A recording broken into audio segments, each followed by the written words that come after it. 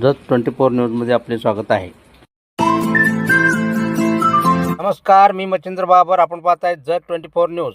माडग्याळ जिल्हा परिषद मराठी शाळेत समाजसुधारक अण्णाभाऊ साठे यांची जयंती व लोकमान्य बाळ गंगाधर टिळक यांची पुण्यतिथी उत्साहात साजरी करण्यात आली।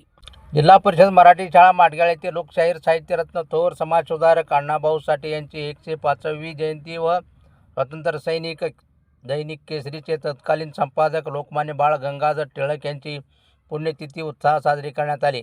कार्यक्रमाचे प्रमुख पाहुणे म्हणून माडग्याळ ग्रामपंचायत सदस्य जलदूत पांडुरंग सावंत व शाळेचे पालक बहुजन समाज पक्षाचे नेते हनुमंतराव नाटेकर उपस्थित होते।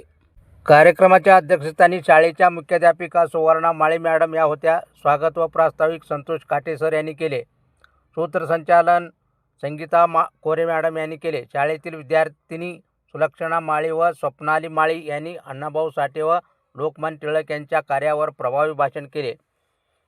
पांडुरंग सावंत यांच्या सहकार्याने विद्यार्थ्यांना खाऊ वाटप करण्यात आले। आभार मलकारी निकम सर यांनी मानले।